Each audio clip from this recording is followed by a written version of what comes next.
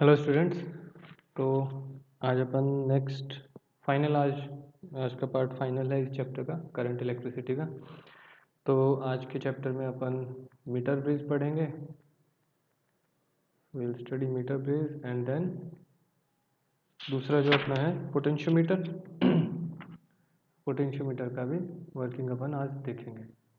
Okay, metre bridge क्या है? सबसे पहले बात करते हैं अपन मीटर ब्रिज की। मीटर ब्रिज जिस कॉन्सेप्ट पे काम करता है वो क्या है? Balanced Wheatstone. Balanced Wheatstone bridge जो होता है उसके कॉन्सेप्ट पे काम करता है। तो सबसे पहले व्हीटस्टोन ब्रिज समझते हैं क्या है। व्हीटस्टोन में कुछ नहीं होता, एक हमने रेजिस्टेंस ऐसे लगा रखा है, एक रेजिस्टेंस हमने ऐसे लगा रखा है, और लेट से बीच में हमने अगर गैल्वेनोमीटर लगा रखा होता है या कोई दूसरा रेजिस्टेंस भी हो सकता है। तो इस तरीके का अगर सर्किट हो और इन को अपन बोल देते हैं R1 R2 R3 R4। इस केस में अगर R1 upon R2 equals to R3 upon R4 होता है in such a case, so if this holds true, this implies Wheatstone is balanced. तब अपन बोलते हैं भैया Wheatstone is balanced, and if Wheatstone is balanced then current, ये जो I G है ना, करंट इन गैल्वेनोमीटर, ये ज़ीरो हो जाता है। Current in galvanometer is zero. उस केस में अपन क्या कर सकते हैं, ये वाली चीज़ सही है। नाउ मीटर ब्रिज में क्या होता है? मीटर ब्रिज का सर्किट देखो आप। मीटर ब्रिज का सर्किट कुछ इस तरीके से होता है। तो यहाँ पे एक मेटल का रॉड रहता है जिसका एरिया ज़्यादा होता है, उसकी वजह से उसका रेजिस्टेंस कम होता है। यहाँ पे हमारे पास एक दूसरा रॉड रहता है, यहाँ पे दूसरा रेजिस्टेंस लगा हुआ है, और यहाँ पे हमारे पास तीसरा रॉड रहता है, और यहाँ पे एक वायर रहता है जिसकी लेंथ होती है 1 मीटर, है ना।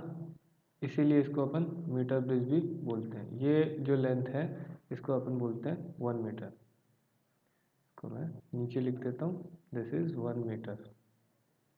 ओके, नाउ होता क्या है, यहाँ से अपन एक गैल्वेनोमीटर निकालते हैं। तो एक गैल्वेनोमीटर निकाला और इसको क्या करते हैं, लेट से मेरे पास यहाँ पे एक रेजिस्टेंस है जिसका नाम R रख दिया, इस रेजिस्टेंस का नाम S है। तो अपन क्या करेंगे, इसको यहाँ पे बैटरी से कनेक्ट कर देते हैं। बैटरी से कनेक्ट कर देते हैं यहाँ पे, और EMF बैटरी का कुछ भी हो सकता है, it doesn't matter.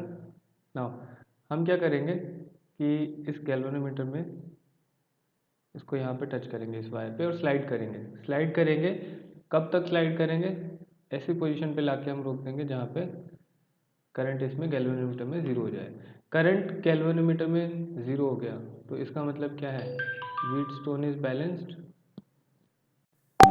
Wheatstone is balanced. Now Wheatstone balance होने का मतलब क्या हो गया कि भाई देखो, ये जो मीटर ब्रिज है इसका जो ये वायर है, ये वाला वायर है, इसको मैं रेड कलर से बता देता हूँ। ये वायर है अपना, इसका भी कुछ रेजिस्टेंस होगा ना। तो ये जो हमारा सिस्टम है जो स्टेबल हुआ है वो कितने पे स्टेबल हुआ है? यहाँ पे स्टेबल हुआ है। लेट से ये वाली डिस्टेंस मैं ले लेता हूँ L। तो ये वाली डिस्टेंस क्या हो जाएगी, 1 माइनस L हो जाएगी। मीटर में ही बात कर रहे हैं हम, 1 माइनस L मीटर। तो इसका जो इक्विवेलेंट मेरा सर्किट जो है वो क्या हो जाएगा, इस तरीके से हो गया ना ये सर्किट।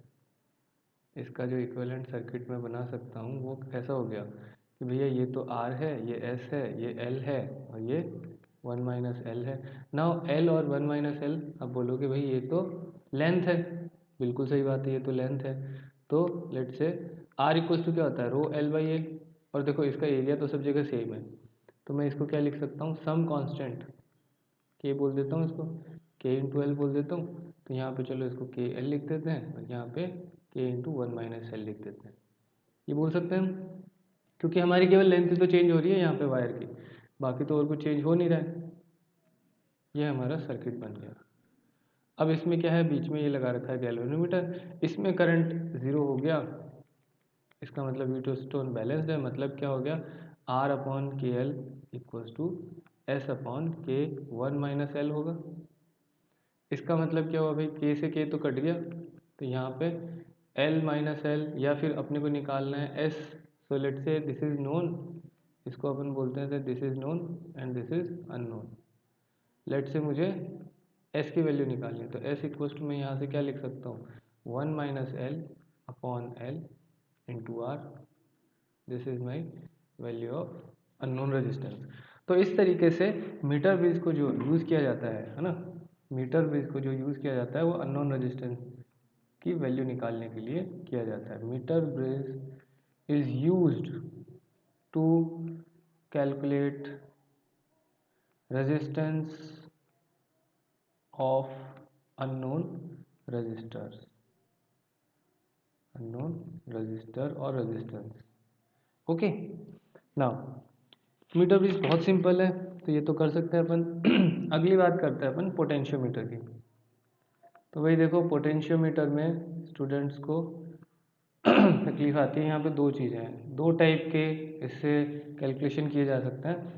पहला तो होता है कैलकुलेशन ऑफ सेल ईएमएफ, और दूसरा होता है calculation of internal resistance, internal resistance.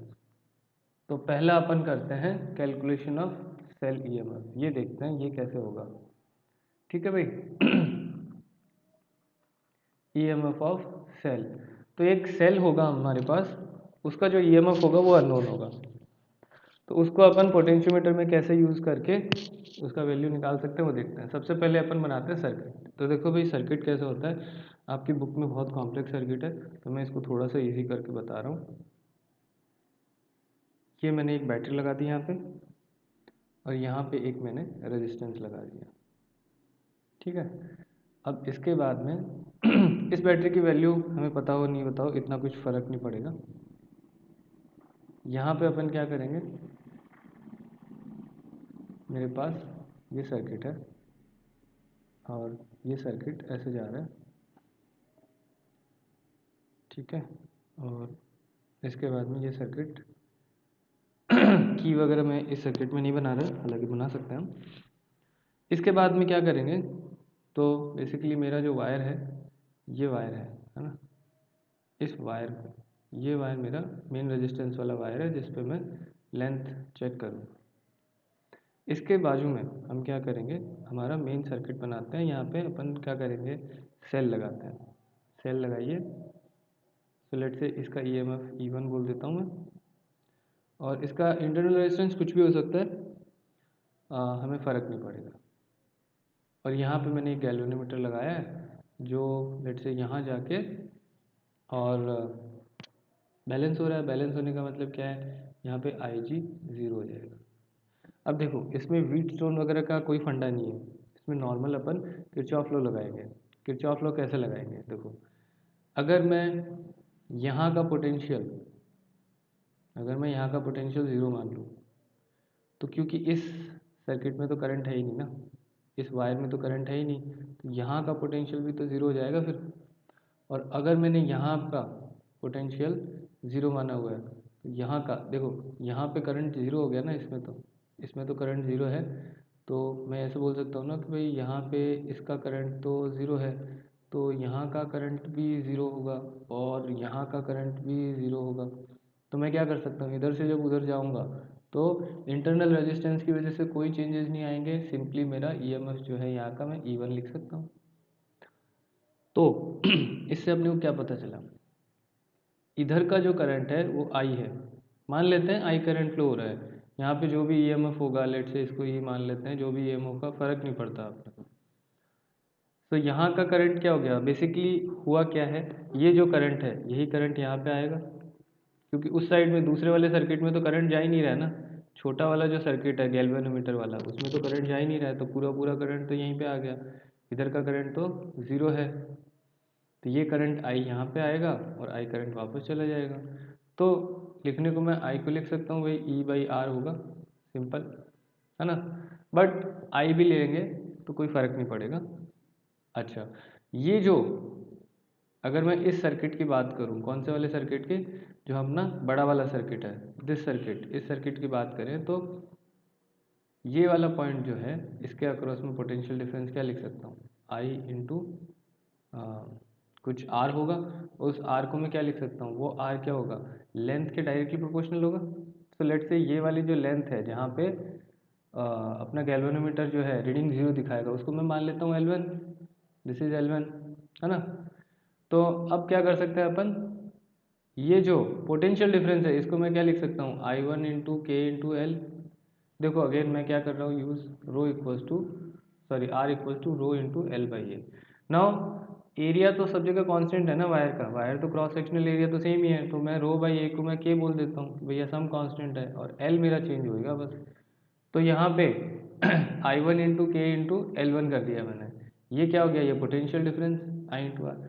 तो यहाँ से मेरे को क्या मिल गया भाई, ई वन इक्वल्स टू, भाई देखो ई वन माइनस जीरो है ना, इसको मैं ऐसे भी लिख सकता हूँ, E one minus zero, potential difference तो लिखना है, तो ई वन इस पॉइंट का डिफरेंस है और नीचे वाले पॉइंट का डिफरेंस ये जीरो है, सॉरी पोटेंशियल जीरो है, तो दोनों का difference E one minus zero हो जाएगा। इक्वल्स टू मैं क्या करूँगा, आई one into K into L one, ये चीज़ क्लियर हो जाती है। अब अपन यही सर्किट, तो यहाँ से मेरे को क्या मिल गया, E one equals to I one into K into L one, ये मेरा इक्वेशन नंबर 1 हो जाता है। अब यही सर्किट मैं दोबारा बनाऊंगा, सेम सर्किट मैं वापस से बनाऊंगा। क्यों बनाऊंगा भाई, क्योंकि अब मुझे दूसरी वाली बैटरी लगानी है ना, तो अपन क्या करेंगे, इसमें दूसरी बैटरी लगाएंगे अब। तो फिर से वही रेजिस्टेंस, वही ईएमएफ और वही सर्किट बन गया यहाँ पे। और इस बार इस साइड में मैं एक दूसरी बैटरी लगा देता हूँ जिसका ईएमएफ मान लो E2 है, और यहाँ पे मेरे पास गैल्वेनोमीटर है, और गैल्वेनोमीटर मान लो वापस से कहीं पे जाके ये फिर से L2 डिस्टेंस पे जाके ये बैलेंस हुआ। लेट से कोई L2 डिस्टेंस पे गया ये गैल्वेनोमीटर, और उस L2 डिस्टेंस पे ये बैलेंस हो जाता है, तो L2 लिख देते हैं। तो उस टाइम पे ये फिर से ज़ीरो हो जाता है। तो इसका मतलब क्या हो गया, यहाँ पर उस अभी मैं पोटेंशियल ज़ीरो मान लूँ तो यहाँ का पोटेंशियल क्या हो जाएगा E2, और यहाँ का पोटेंशियल क्या हो गया ज़ीरो।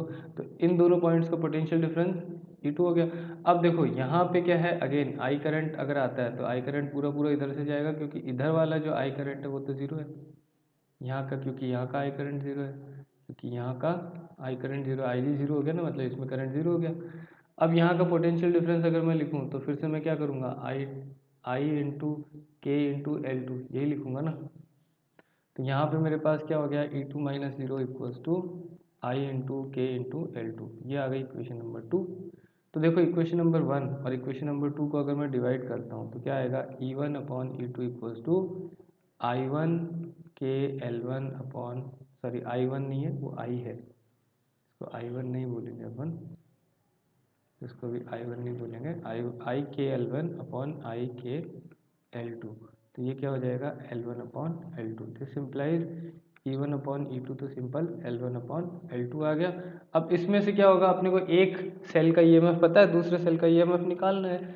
लेट से मेरे को ई वन पता है, सॉरी ई टू पता है, अगर मुझे ये पता है, दिस इज नोन, तो मैं ई वन की वैल्यू निकाल सकता हूँ ना, L one upon L two into E two, बस सिंपल दैट्स इट। ये है ईएमएफ निकालना सेल का, अगर अपने को अननोन है। नाउ अगली बात आती है कि भैया ठीक है, इस सेल का ईएमएफ तो पता चल गया, इसका रेजिस्टेंस कैसे निकालोगे, internal resistance. So calculating internal resistance of a cell.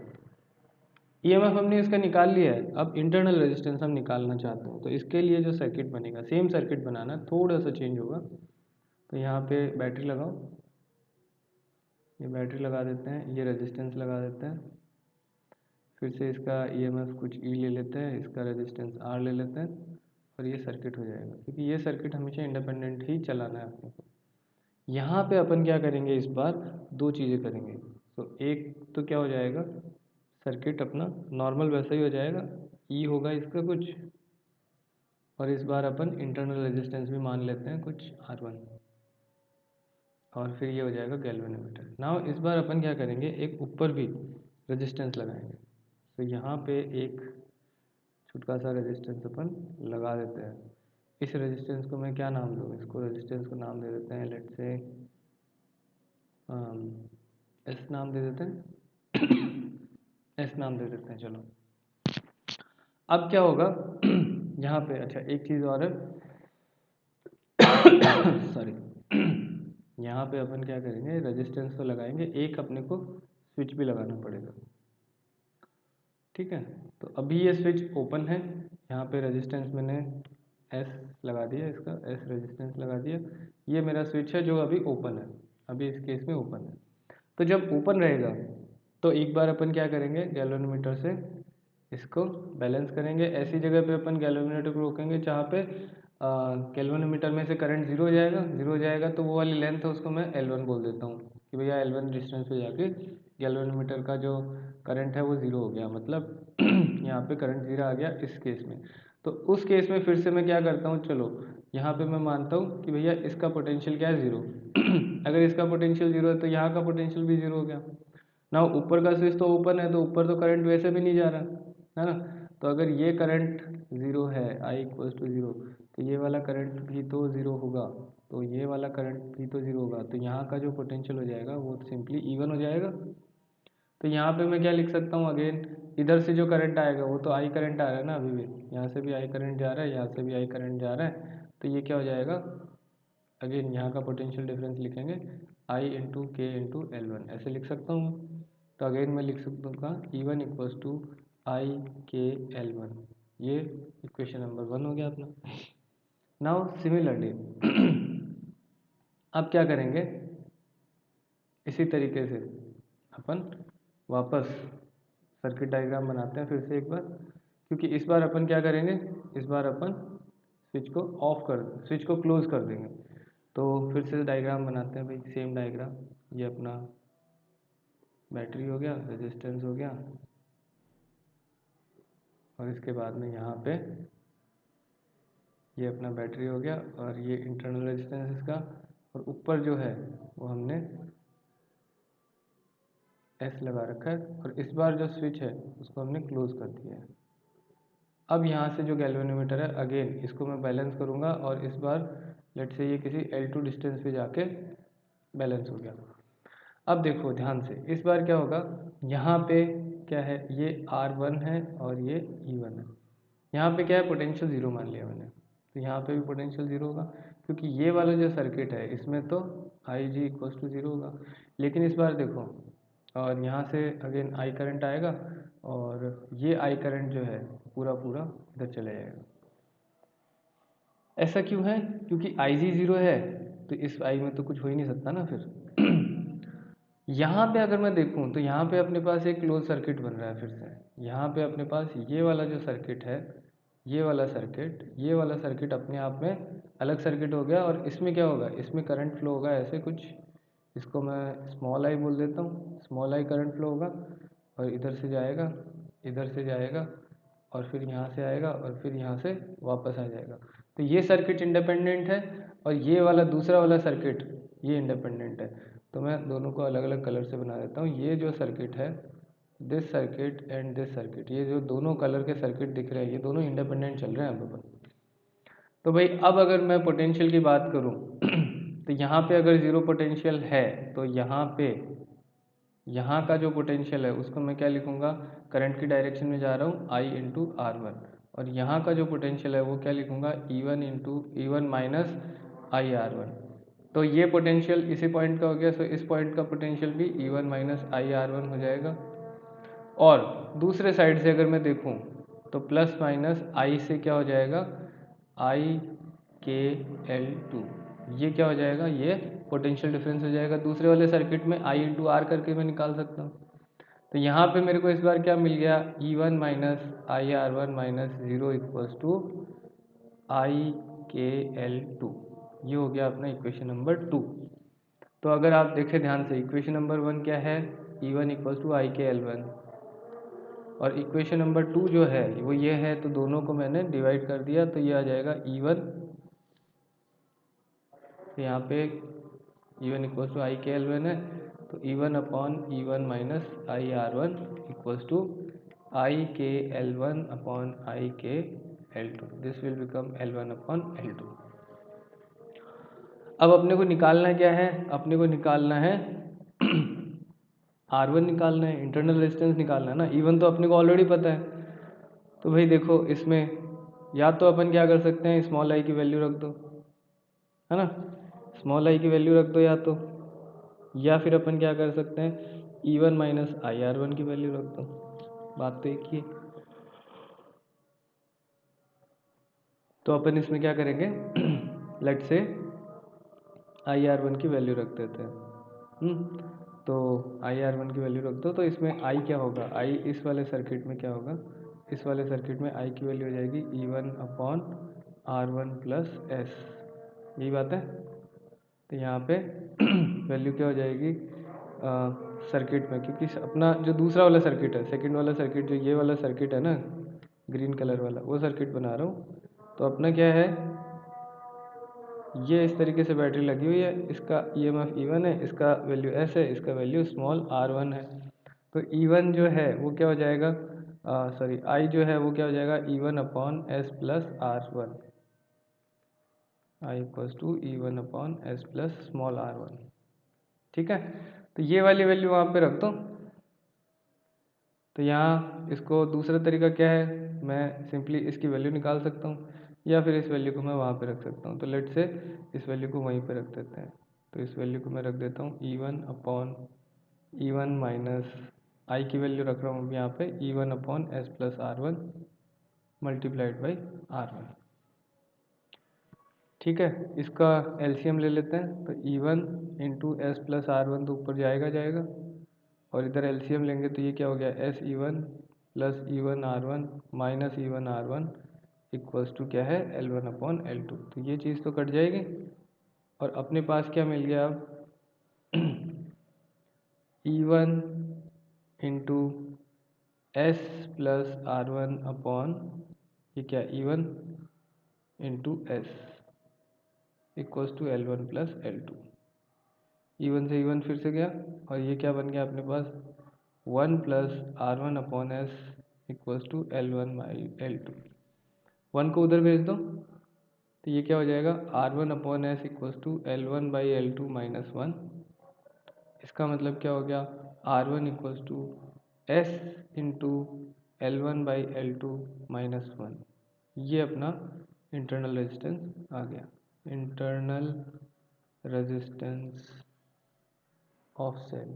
तो हम देखेंगे लास्ट में जो हमारा रिजल्ट आया वो बड़ा शानदार रिजल्ट है। ये किस पे डिपेंड करता है, एक तो हमने S क्या यूज़ किया था उस पर, और दूसरा अपना L1 एंड L2 पे। तो और किसी चीज़ पे ये EMF कितना भी हो सेल का कोई फ़र्क ही नहीं पड़ता अपने को।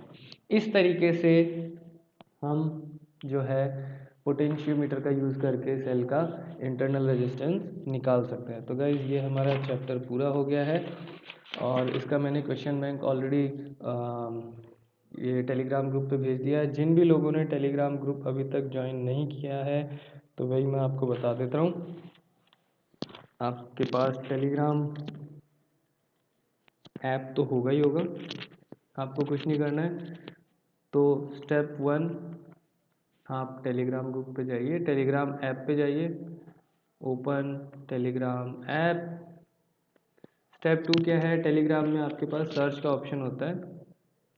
सर्च के ऑप्शन में आपको जाके क्या लिखना है, आपको लिखना है क्लास 12 CBSE KIC, ये चीज़ आपको लिखनी है और सर्च करना है class 12 CBSE KIC, no space, कोई स्पेस नहीं देना है। आप सर्च करना, आपको ग्रुप मिल जाएगा, उसको ज्वाइन कर लेना। वहाँ पे मैंने ऑलरेडी एक क्वेश्चन बैंक शेयर किया हुआ है।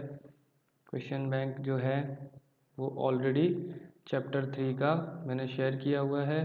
If you want solution also, तो गाइस जल्दी से ज्वाइन करो, और इस पे मैं जल्दी सॉल्यूशन इसके शेयर करूँगा क्वेश्चन बैंक के। और आगे आने वाले जितने भी लेक्चर्स हैं, और जो पुराने लेक्चर्स के लिंक्स वगैरह हैं, और जो आगे वाले क्वेश्चन बैंक्स हैं या इम्पोर्टेंट जो भी पेपर्स वगैरह जो होंगे, मैं इसी ग्रुप पे शेयर करने वाला हूँ।